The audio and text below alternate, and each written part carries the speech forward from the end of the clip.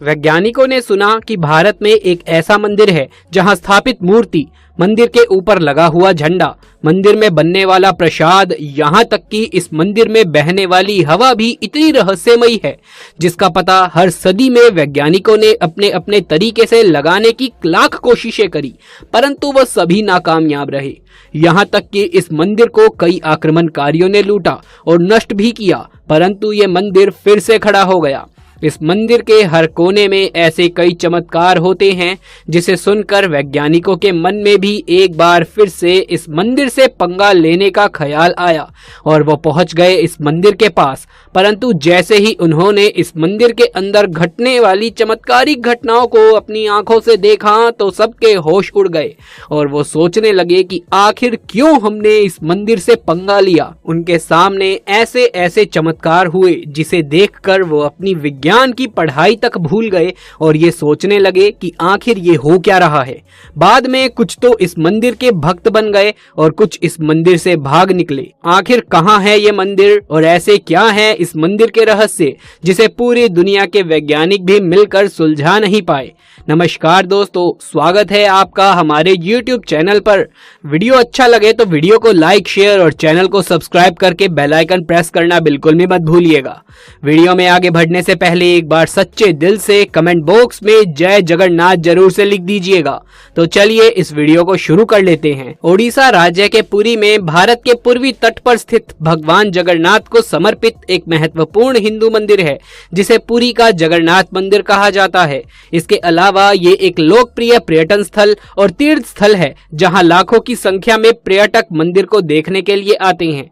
जगन्नाथ शब्द का अर्थ होता है संसार का मालिक, दूसरे शब्दों में जगत के स्वामी। इसी कारण इस नगर को जगन्नाथपुरी कहा जाता है।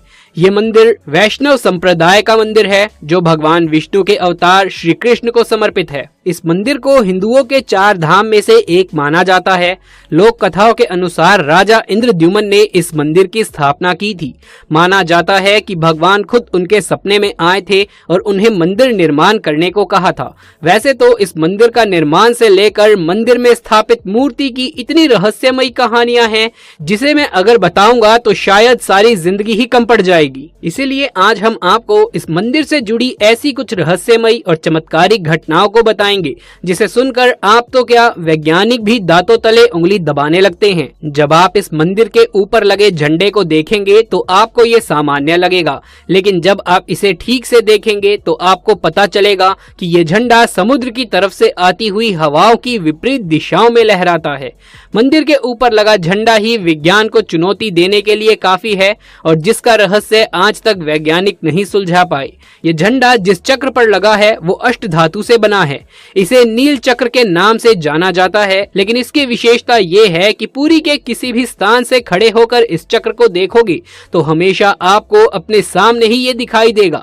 ये वास्तव में आश्चर्य का विषय है जो इसे खास भी बनाता है। मंदिर पर लगा हुआ ये चक्र कई फीट ऊंचा है और 1 टन से ज्यादा भारी है। इस चक्र के पीछे की इंजीनियरिंग भी एक रहस्य है। आप मंदिर के किसी भी हिस्से में खड़े हो जाओगे तो आपको ऐसा लगेगा कि मंदिर का चक्र आप ही की तरफ घूमा हुआ है।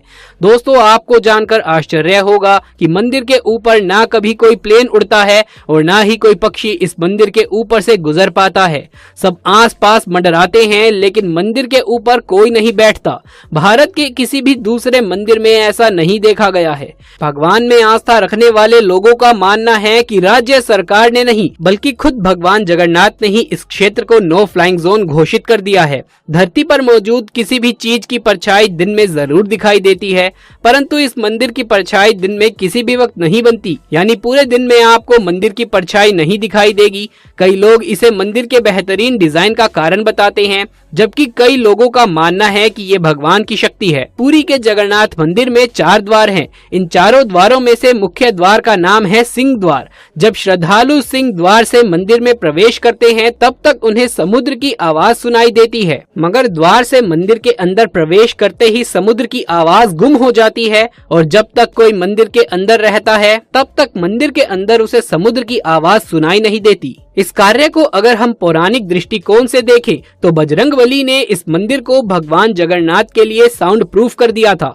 इसके पीछे की कहानी आखिर क्या है, यदि आप ये जानना चाहते हैं तो कमेंट बॉक्स में लिख करके जरूर से बताएं। हम एक और वीडियो के माध्यम से आपको ये कहानी जरूर से बताएंगे। दोस्तों, दुनिया के किसी भी कोने में अगर आप समुद्र के पास मौजूद होंगे तो पाएंगे कि दिन के वक्त समुद्र से मैदान की ओर हवा चलती है, जबकि शाम के वक्त मैदान से समुद्र की ओर हवा चलती है। लेकिन पुरी में समुद्र के पास की हवाओं की चाल भी बदल जाती है। यहाँ पर इसका पूरा विपरीत होता है। दोस्तों, आपको जानकर आश्चर्य होगा कि जगन्नाथपुरी के मंदिर के ऊपर लगे झंडे को प्रतिदिन एक पुजारी द्वारा बदला जाता है। अब आप ये सोच रहे होंगे कि इसमें ऐसी क्या खास बात है।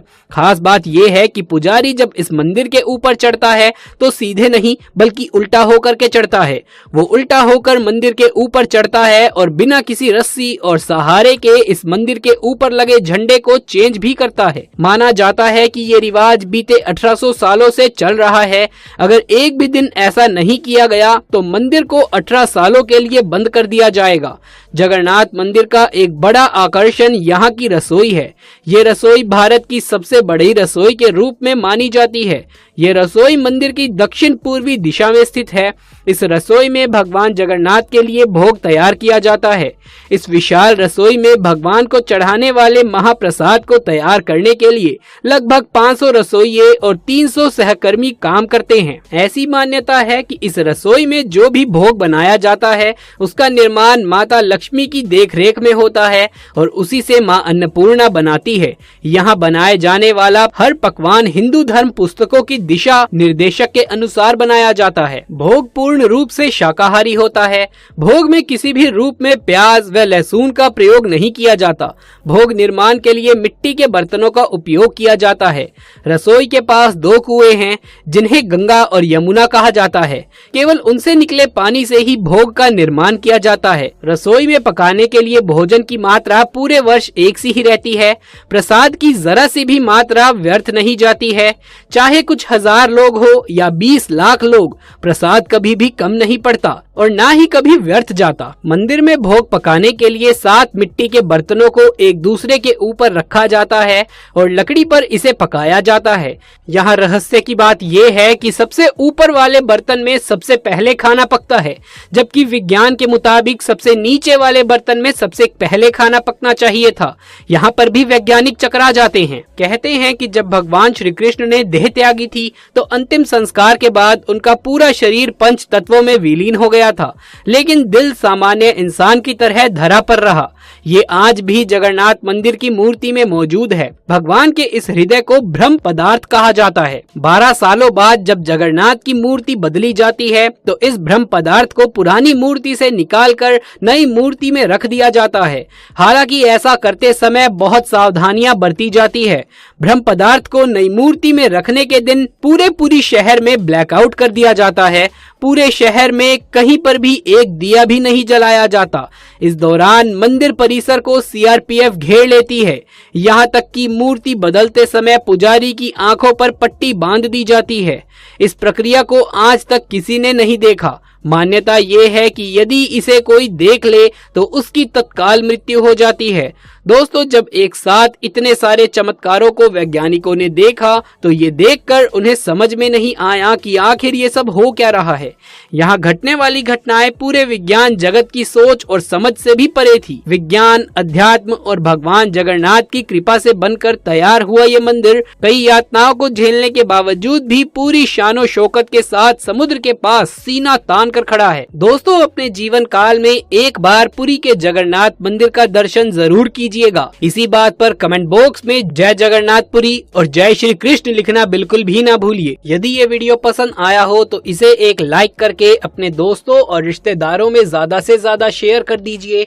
आगे भी ऐसे वीडियोस लगातार देखते रहने के लिए चैनल को सब्सक्राइब करके पास वाले बेल आइकन को भी दबा लीजिए। जल्द मुलाकात होगी आपसे किसी अगली वीडियो में। तब तक के लिए आप सभी का धन्यवाद।